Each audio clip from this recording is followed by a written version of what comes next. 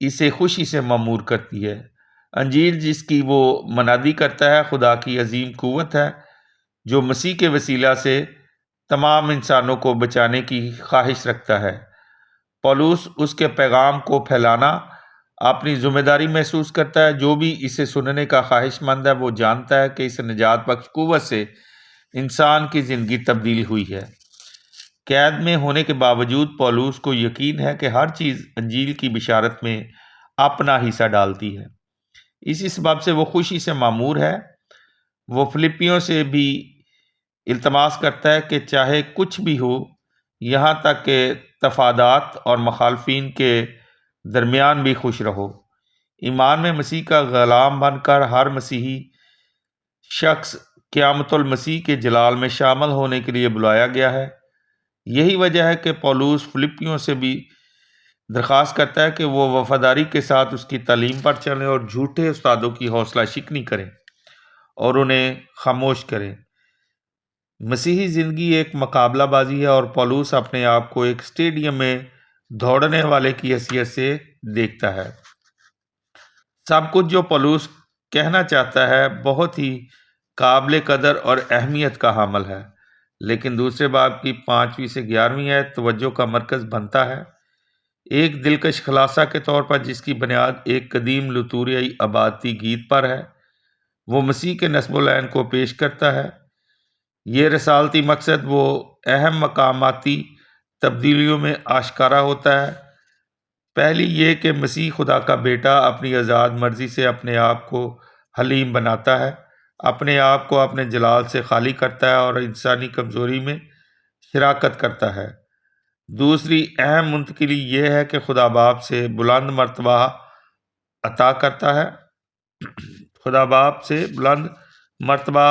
عطا کرتا ہے تاکہ کل کائنات اس کے آگے جھکے اور سجدہ کرے اور مسیح کی حکمرانی قبول کرے اور باپ کی لا انتہا محبت کا اقرار کرے۔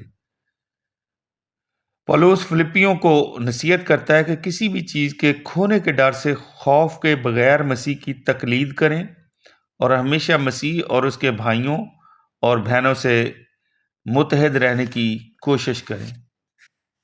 ابھی ہم اس خط کی ترتیب کو دیکھتے ہیں۔ پہلے باب کی پہلی آیت سے 11 آیت پولس کی جانب سے فلپی میں سب بھائیوں کے نام اس کی برادرانہ مدد و معاونت کے لیے شکر گزاری۔ وہ دعا کرتا ہے کہ مسیح کے دن تک وہ روحانی طور پر ترقی کریں گے۔ پہلے باب کی 12 آیت سے 26 آیت پولس قید میں ہے لیکن انجیل زنجیروں میں نہیں۔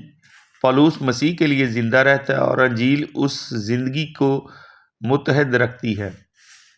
پہلے باب کی 27 آیت سے دوسرے باب کی 11 آیت دکھوں اور اذیتوں سے نہ ڈرو۔ کلیسیا میں اتحاد اور یگانگت پولس کو خوش کرتی ہے۔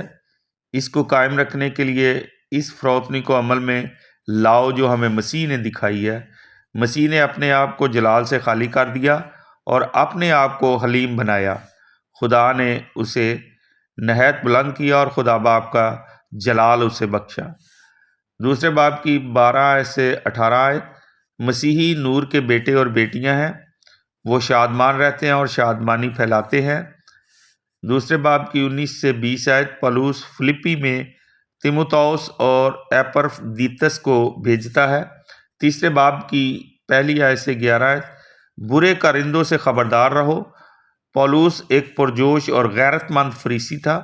مسیح میں اس نے ایک بہتر راہ پائی ہے۔ اس نے مسیح کی مانند ہونے کے لیے سب کچھ ترک کر دیا۔ وہ لکھتا ہے کہ ایسا ہی کرو جیسا میں نے کیا۔ تیسرے باب کی 12 آیت سے چوتھے باب کی پہلی آیت آسمان ہمارا آبائی وطن ہے۔ پولس اپنے رسالتی مقصد کی طرف دوڑتا ہے۔ چوتھے باب کی دوسری سے 9ویں آیت ہمیشہ خوش اور باہمی مفاہمت میں رہو۔ چوتھے باب کی 10ویں سے 20ویں آیت حاصل شدہ مدد کے لیے شکر گزاری ہے۔ چوتھے باب کی 21 آیت سے 23 آیت بھائیوں کو سلام اور دعا۔ اپنے خادم ریورنڈ بشپ ڈاکٹر اسٹیفن صدیق کو اجازت دیں۔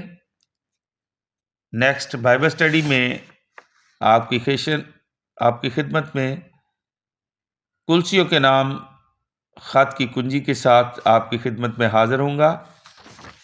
مسیح خداوند ہم سب کو اپنا کلام پڑھنے، سننے اور اس پر عمل کرنے کی توفیق عطا فرمائے۔ خدا باپ، بیٹے، روح القدس کے نام میں آمین۔